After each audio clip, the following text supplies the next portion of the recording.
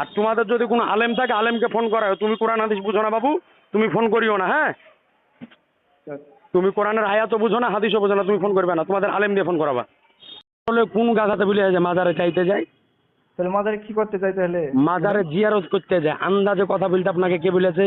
জিয়ারত তো আল জিয়ারত তো আমি বাড়ি বসে করতে পারি। বাড়িতে বসে জিয়ারত হয়? জিয়ারত মানে কি জানেন? জিয়ারত মানে কি বলেন? তো আপনি তো ওটাই বুঝেন না। জিয়ারত মানে কি? আল্লাহর গুণগান করা, আল্লাহর জিকির করা। জিয়ারত মানে আল্লাহ জিকির করা। তাহলে কি করা বলে? জিয়ারত মানে হচ্ছে দর্শন করা। তো বাড়ি থেকে বসে দর্শন হয়? কে বললো দর্শন হবে না? বাড়ি থেকে বসে দর্শন হয়? আপনি আমার সাথে ফোনে থেকে কথা বলছেন, আপনাকে আমি চিনি না জানি না, এইটা কথা হচ্ছে। আপনার সাথে কি আমার দর্শন হয়েছে? মাজারে কেউ পীরের কাছে চাইতে যায়? আপনাকে কে বলেছে চাইতে যায়? মাজারে যাই আমরা জিয়ারত করতে, কবরস্থান যায় জিয়ারত করতে। তাহলে মসজিদ তাহলে কিসের জন্য বানালো? মসজিদে যে আল্লাহর ইবাদত করতে। আচ্ছা আপনি বলেন কবর জিয়ারত করা, মাজার জিয়ারত করা কি হারাম? হারাম না? কোন গালাতে বলেছে হারাম? মাজার জিয়ারত করা হারাম কে বলেছে? কোন হাদিসে লেখা আছে কি? আর যদি আমি যদি দেখাতে পারি যে মাজার জিয়ারত করা জায়েজ এবং নাবির সুন্নাত, নাবি বলেছেন মাজার জিয়ারত করতে। মাজার জিয়ারত করতে। আচ্ছা নাবি কবরকে নিজে জিয়ারত করেছেন, এটা যদি আপনাকে আমি দেখাতে পারি তো কি হবে? জিয়ারত আলাদা আর কবরের দোয়া আলাদা। আবার গাধার মতন একই কথা বলছে। আবার জিয়ারত আলাদা, দোয়া আলাদা। কবরস্থানে মাজারে আমরা যাই কি জন্যে? কবরস্থানে যাই জেনে কবরে শুয়ে আছেন কিনার শান্তির। ও ফোন অন্য করছিলাম একজন। তুমি বললে যে মাজার জিয়ারত করা হারাম, তো কোন হাদিসে লেখা আছে মাজার জিয়ারত হারাম? মাজার জিয়ারত করে না, কবরও জিয়ারত করতে বলেছে, মাজার না। মাজার আর কবরের মধ্যে পার্থক্য কি? কবর মাজার হচ্ছে নিজের বানানো, মানে আমি অন্য জায়গায়, মানে ওখানে কোনো মাজার শব্দটা কি জানো? আরবি না বাংলা? মাজার মানে কি? মাজার মানে পূজা করা। মাজার মানে পূজা করা। তোমার বাড়ি কোথায় ভাই? মাজার আমার বাড়ি ভগবানগোলা। ভগবানগোলা কোন জায়গা? লোহার, আত্মীয় লোহার। তো মাজার মানে পূজা করা। কি করা তাহলে জানি না। তুমি জানো না তো তাহলে তোমাকে কে আন্দাজে কথা বলতে বলেছে? মাজার মানে হচ্ছে জিয়ারত করার স্থান। তাহলে কবরকে পূজা করো তোমাকে কে বলেছে আমরা কবরে যে সেজদা করি? সেজদা করা তো ওটা হিন্দুরা হয়ে গেল, তা না। তো তুমি তাহলে পূজা করা বললে কেন? আল্লাহ বলেছেন জাকির নায়েক, আব্দুল রাজ্জাক, ইউসুফ, আরো কত বক্তা বলছে মাজারে যাওয়াই যাবে না। আচ্ছা তাহলে আব্দুর রাজ্জাক বিন ইউসুফ, জাকির নায়েক এগুলা হচ্ছে তোমার হাদিস কোরআন নাকি? না না, এরা বলেছে এটা বলছে। আব্দুর রাজ্জাক যে বলেছে যে নিজের দুধ খাওয়া যায়, তুমি খাবা? হ্যাঁ, আব্দুর রাজ্জাক যে বলেছে নিজের স্ত্রীর দুধ পান করা যায়, তুমি খাবা? সেটা তো বুঝার জন্য বলেছে আপনাকে। কি বুঝার জন্য বলেছে? ও বলেছে যে নিজের স্ত্রীর দুধ খাওয়া যায়, তুমি খাইতে পারবে? জাকির নায়েক তাহলে বলেছে নাকি তাহলে? তো তোমার জাকির নায়েক যে বলেছে যে নবীকে মানা হারাম, তুমি নবীকে বাদ দিয়ে চলতে পারবে? নবীকে হারাম মানতে বলেছে, তা বলেছে কোথায় আছে কি নবীকে মানতে বলেছে? তুমি ভিডিও দেখো, তোমার জাকির নায়েক বলেছে নবীর ওসিলা বানায় হারাম। তুমি আচ্ছা তুমি হাদিস কোরআন মানো না জাকির নায়েক আর আব্দুর রাজ্জাককে মানো? হাদিস কোরআন মানি, নবী হাদিস কোরআন মানো, তো তুমি বললে কেন যে জাকির নায়েক আর আব্দুর রাজ্জাক বিন ইউসুফ কবরে যাওয়াকে হারাম বলেছে? তুমি জাকির নায়েকের হাওয়ালা কেন দিলে? তুমি হাওয়ালা দাও যে নবী মুস্তাফা অমুক হাদিসে বা আল্লাহ অমুক কোরআনের আয়াতে বলেছে যে মাজারে যাওয়া হারাম। মাজারে হারাম হতে বলেছে কি? আল্লাহ নবী কোন হাদিসে মাজারে যাওয়া হারাম বলেছে? মোহাম্মদ বলেছে কি তোমরা যাবে কবরের কাছে, এই কবরের কাছে তোমরা কান্না করবে, মানে আমরা কবরে যে কি করি? কবরে যে আমরা কবরকে পূজা করি? আরে গোরস্থান, ওটা গোরস্থান, আর গোরস্থান আর মাজার আলাদা না। গোরস্থান আর মাজার কোনদিন আলাদা হয়? বাপকে বাংলাতে বলা হয় বাবা, ইংরেজিতে বলা হয় ফাদার। তো কেউ যদি ইংরেজিতে বাপকে ফাদার বলে তো তাইলে ওটা ভুল হবে কি? আরে ওটা বলছি না, মাজারে কি কবর দেওয়া হয়? হ্যাঁ, মাজারে কি মরা মানুষকে কবর দেওয়া হয়? মাজারে মরা মানুষকে কবর দেওয়া কেন হবে? তাহলে গোরস্থানে বলেছে যারা মরে গেছে তাদের জন্য তোমরা দুঃখ প্রকাশ করো এবং তাদের জন্য জিকির করো এবং তাদের জন্য তাদের জন্য দোয়া করো। আমরা কি করি? যারা ইন্তেকাল করেছে তাদের জন্য কবরস্থানে যেতে আমরা দোয়াই করি। তাহলে মারা গেছে তো তার জন্য দোয়া করছি। তো আমরা তো তার জন্যই দোয়া করি, আমরা তো কবরস্থানে যে তার জন্যই দোয়া করি। দোয়া তো হ্যাঁ, সেটা তো মানা করছি না, ওটা তো মানা বলছি না, মানা করছি। তো তোমার আপত্তি কোন জায়গাতে, তোমার আপত্তি কোন জায়গাতে? আপত্তি হচ্ছে কি, ওই যে ধরেন আমি আমাকে যদি আমার ব্যবস্থা হচ্ছে না, আমার জন্য দোয়া করেন, তাহলে মাদ্রাসে যে দোয়া করতে হবে নাকি? মাজারে যে দোয়া করে কিসের লেগে? মাজারে যে কি ওই পীরের কাছে দোয়া করে? মাজারওয়ালা উনি আল্লাহ নেক বান্দা, উনার ওসিলা লিয়ে দোয়া করে। ও নেক বান্দা, আর আমরা হচ্ছে এই বান্দা নাকি? আল্লাহ তো নেক বান্দা, আল্লাহ তো, আল্লাহর কাছে চাইতে হবে। আমি ওর আল্লাহ কাছে চাইতে আল্লাহ পারবো না। নেক বান্দা, তুমি তোবা করো তাড়াতাড়ি। আল্লাহ বান্দা হয়? গাধা আরে কুতিকার। আল্লাহকে বান্দা বলা জায়েজ আছে? আল্লাহকে বান্দা বলা কুফুর।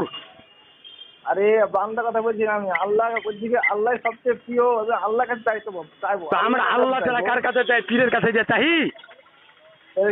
তাহলে আমি চাইবো, আমি আমার মন আমি চাইবো যা আমার দুঃখ প্রকাশ আমি বলবো আল্লাহকে। তো আল্লাহকে ছাড়া আমরা কার কাছে দুঃখ প্রকাশ করি? তাহলে আপনি যে থাকে সেটা আমি আমি আমি আর আমার আমার আমার আমার অসুবিধা হচ্ছে, আমি বলবো কি আমার পেটে লাগছে, আমি আল্লাহ চাইবো কি আমার অসুস্থ ভালো করেন, আমি চাইবো। তো আমি অন্য কারণের কাছে চাই, আল্লাহ কাছে চাইবো কেন? অন্যজনকে দিয়ে চাইবো কেন? অন্যজনকে আমি চাইবো কেন? তুমি তুমি তুমি আল্লাহ ছাড়া কারো কাছে চাও না? কার কাছে চাইবো তাহলে বলে? না না, তুমি কি তুমি তোমার কথা বলো। তুমি আল্লাহ ছাড়া কারো কাছে চাও না? চাও না? আল্লাহর কাছে চাই, দুঃখ প্রকাশ করলে আল্লাহর কাছে দুঃখ প্রকাশ হয়। তুমি বলো যে আল্লাহ ছাড়া কারো কাছে চাহা যাবে না? যাবে না? আল্লাহর কাছে চাইতে হবে দুঃখ প্রকাশ হলে। না না, দুঃখ হ্যাঁ, টাকা পয়সা হলে মা বাবার কাছে চাইবো। তো কেন তোমার মা বাবার কাছে চাইবে? দেওয়ার মালিক তো একমাত্র আল্লাহ, তুমি আল্লাহর কাছে চাইবে? তোমার মা বাপ কি আল্লাহ? আরে ওটা আবার আলাদা, এটা আবার আলাদা। ওটা কিসের লেগে আলাদা হলো? নিজের বেলাতে আরাম আর পরের বেলাতে হারাম বললে হয়? তা বললে হয়? তুমি যা চাইবে, তুমি টাকা চাও, পয়সা চাও, বাড়ি চাও, গাড়ি চাও, সব চাও, খাবার চাও, আল্লাহর কাছে চাইবে। তো তুমি বাড়ি, তুমি তো আল্লাহর বাদ দিয়ে তাহলে তোমার বাপমার কাছে চাও কেন? তোমার খাইতে কে দেয়? তোমাকে বাড়িতে খাইতে কে দেয়? আল্লাহ দেয় না তোমার স্ত্রী দেয়? স্ত্রী দেয়। হ্যাঁ, স্ত্রী দেয়। কেন তোমাকে স্ত্রী দিবে? তুমি আল্লাহকে বলবে যে আল্লাহ তুমি খেতে দাও। আরে এটা বলে আলাদা। আমি বলছি শোনেন, আমার অসুস্থ হয়েছে কি আল্লাহ ভালো করে না আপনার যার কাছে সে ভালো করে বলেন আগে? আমরা কোনোদিন বলেছি যে আমরা পীরের কাছে যে অসুস্থতার দোয়া চাই যে পীর তুমি সুস্থ করে দাও? সুস্থতা করা, শেফা দেওয়া, আমরা তো এটা সকলেই মানি যে শেফা দেওয়ার মালিক হচ্ছে একমাত্র আল্লাহ তাআলা। তো তুমি ডাক্তারের কাছে কি করতে যাও? ডাক্তারের কাছে ডাক্তার ভালো করবে যখন যাই। তো ডাক্তার কিসের লেগে ভালো করবে? ভালো তো আল্লাহ করবে। ওটি আলাদা ব্যাপার কেন হবে? আবার একই কথা বলছো, ওটি আলাদা ব্যাপার। তুমি ডাক্তারের কাছে কেন যাও? তুমি আল্লাহকে বলবে যে আল্লাহ তুমি ভালো করে দাও। ও ডাক্তার নাকি? ডাক্তার ওই স্ত্রী সব খাইয়ে দেবে নাকি? তো তাইলে তোমাকে ওটাই বুঝতে হবে, তুমি ডাক্তারের কাছে যেই উদ্দেশ্যে যাও সেই উদ্দেশ্যে আমরা পীরের কাছে যাই না। ডাক্তারকে ভুল বললে হয়? তুমি ভুল বললে হয়ে যাবে? তুমি নিজে আগে ঠিক হও। ডাক্তারের কাছে তুমি যাও কি উদ্দেশ্যে? যে ডাক্তারের কাছে যাওয়ার মানে হলো যে ডাক্তারকে আল্লাহ ভালো করার ক্ষমতা দিয়েছে ওষুধের মাধ্যম দিয়ে, ও আমাকে ভালো করবে, সেই উদ্দেশ্যে যায়। কিন্তু আসল ভালো করার মালিক হলো আল্লাহ।